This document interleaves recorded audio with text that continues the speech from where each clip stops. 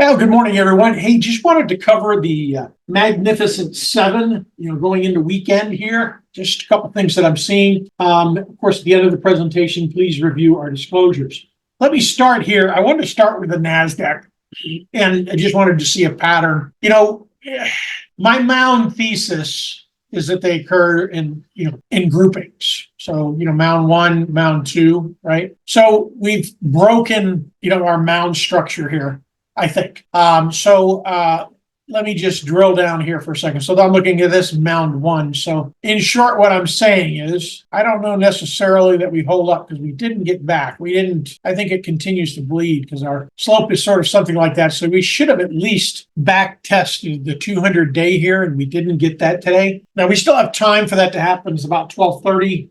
1:30 Eastern Standard Time as I'm doing this, so it's sort of end of day. So when I'm thinking, I'm always thinking, hey, what would happen if we got another mound? So, in my thinking, so this we should get a rally, which that could have been it. That's actually much weaker than the 401. So we could get this slow bleed down to maybe that 378.54 where that gap wasn't filled if we continue to bleed here. And it's starting to look like we might. Let me step out to the 4 hour. And we got some nice divergence. We should have gotten a better bounce on that. Really should have. That breaks. Our next support really isn't down, for me, down to this 376.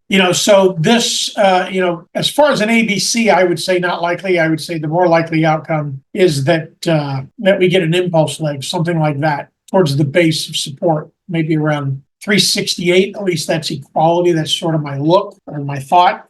We really need to get back above that 401 before the close today. Otherwise, I think it does some internal damage. So let's start off with Nvidia. Nice pop today. Nice recovery. Still on this top. If you're holding Nvidia, it's a good spot to sell some covered calls. Now, looking at Amazon, we still got a little bit lower here as far as the count's concerned. Thinking we head down to maybe 132, then we get a bounce. So now my thought here is, you could sell covered calls now, around 164 because you're going to pop down and then flip at the 132 and sell some cash secured puts or sell some puts against your shares if you wanted to earn some income on that, because I don't think it goes outside that box. I'm looking at Amazon as a moat here. So we want to trade either side of the channel. So down to the 200-day and then on the high side when we get up, our channel, and you can throw a standard deviation tool up here, Bollinger Bands with fibs. So you get on the high side, obviously sell covered calls up there.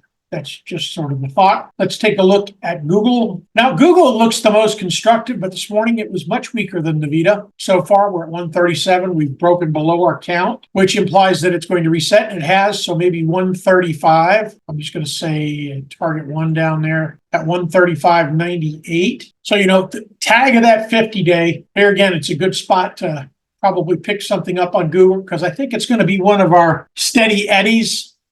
Just even though we're in this flat. Similarly, the only thing I don't like is that breakout there for selling covered calls, but you could sell some cash secured puts down to the 200-day, give yourself some room, 128, 125, something in that range. Now, Microsoft's firmed up a little bit. Our next intermediate wave is maybe 391.73, so it's our old trend support line. But I would suspect that we could push back just with this weak look. Our RSI structure, I would rather it be closer to 30 here, and it's not. So it still could have a little more room to the downside. We had one count down here around 355. So, any dip here is a good spot to enter for Microsoft. Then we flip back, go out to the weekly on Microsoft, and my thesis. Covered calls up here, once we get above that, 391, for revenue, for income, I should be first and second quarter, I think. I think we just put this flat up to the top until we get that weakness, and then we're going to roll off that back about $50.